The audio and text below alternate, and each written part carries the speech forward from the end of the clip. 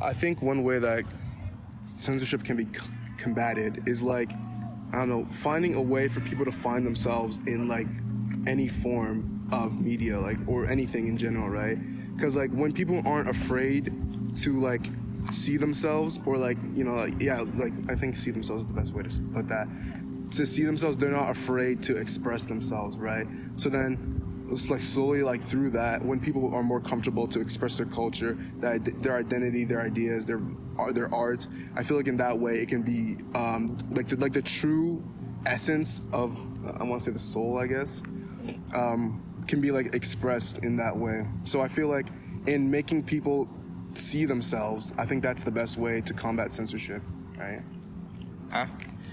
I would want to talk about that as well. But I would also say, giving our own information, because if we tell our stories and give our information and our experiences wholly, we can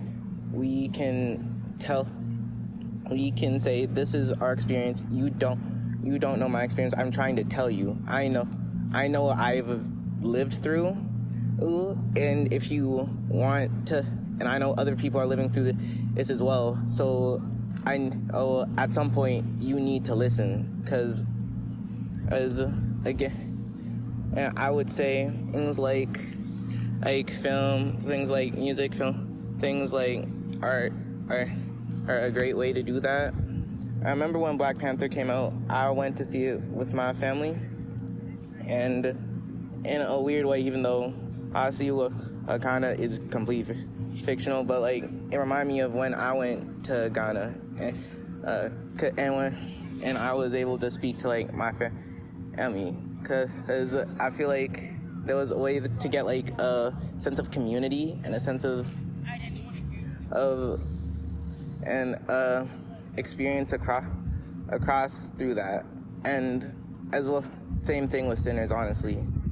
And that one was even more overt with its depiction of art and its depiction of experience. Thank you. Thank you both very much for your responses. Are there any final statements that you'd like to make? No.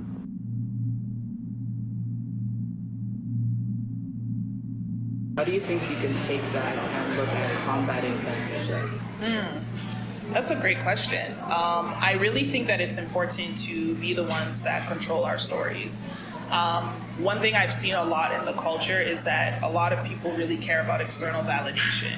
For example, you watch an award show, Black artist doesn't get the award, and everybody's all up in arms about it, right? But sometimes I think to myself, what does that really do for us, though? I think it's important to create our own businesses and support our own businesses, to create our own industries and support it. What's wrong with us having our own award shows, right? We do have those, but we don't seem to care about it. So I do think that it's something where if we start telling our stories for ourselves and actually celebrating our stories for ourselves, then I feel like you just gain respect by doing that. But when you're always caring about, oh, well, I have to be seen and fit in with everybody else, then it leaves you vulnerable to people trying to dictate what that story looks like.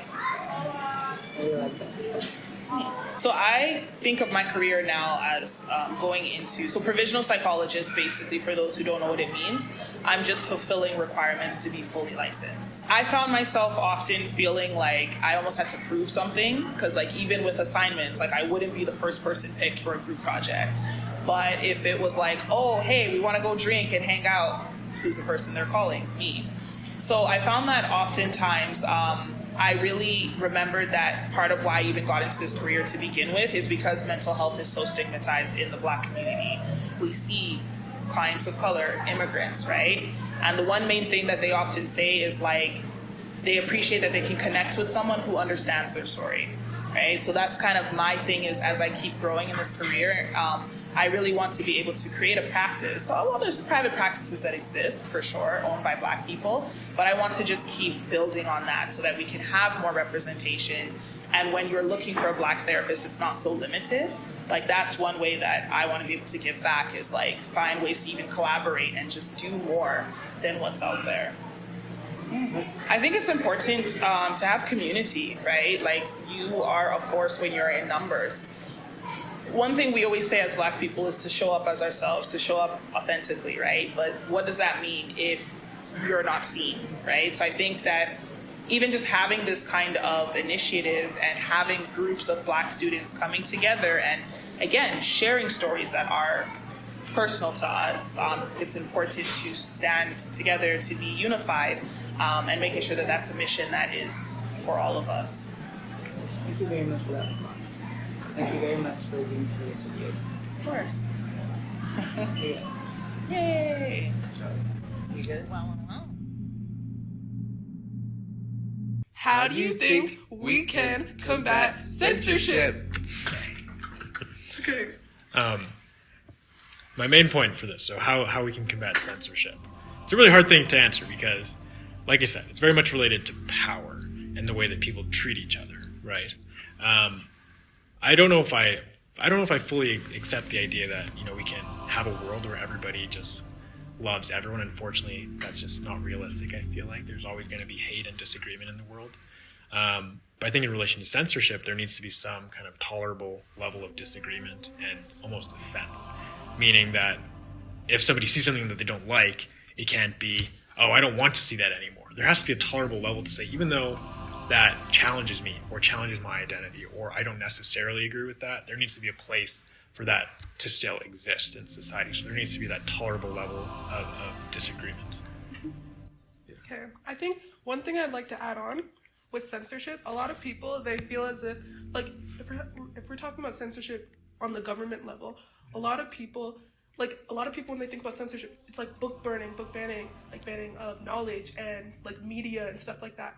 And when we're talking about that, I feel like a lot of people forget that even the problematic stuff, if it's touching on pedophilia, rape, sexual assault, anything like that, we forget that it's still needed. Even if it's a poor representation, we need to learn from that. So I want to know from like racism, because we're specifically talking about racism. If there's a poor like showcase of racism, let's say like Birth of a Nation, that's like one of the first movies to be showcased like in a full like theater and stuff like that. Do you think a movie like that should still be like readily available to everyone so they can learn and all that stuff? I think it's really important to remember where it came from. I said I studied history, right? Mm-hmm. And if we just forget history, then we're always just living like every day is brand new, right? We're not ever experiencing the past or remembering the past and the experience that people had in the past. On the topic of racism, I think it's the most important to remember because we're so quick to forget, right? Some of these past events that have happened that have impacted the way we interact with each other today, but also just thinking about some current events, the anti-immigration stuff, sentiments that are going on, not just in the United States, but I mean everywhere, honestly, around the world. There's a lot of anti-immigration sentiment. And I think people are so quick to forget that many of the countries that have these very populist anti-immigration movements are built on the backs of immigrants. And some of these countries are only 150, 250 years old. And so where do we, draw the line of who's an immigrant sometimes? Okay. Should we end it or should we do another, do you want to add on anything? I have one quote to end with. Yeah, I have a quote to end with related to censorship. So I'm a social studies teacher, obviously, and we learn about philosophers, and there's a philosopher, John Stuart Mill, and this quote, I think, speaks well to the movement or the cause that you're speaking to. So John Stuart Mill, he says, "Genius can only breathe freely in the atmosphere of freedom." And I'll leave it with that. Okay. Okay. All right, so that concludes our documentary. Thank you, Mr. Lavoie. You're welcome. We're supposed to pop down after. Do it again. Wait, pop down after. Oh, When we the have to. camera comes back at us.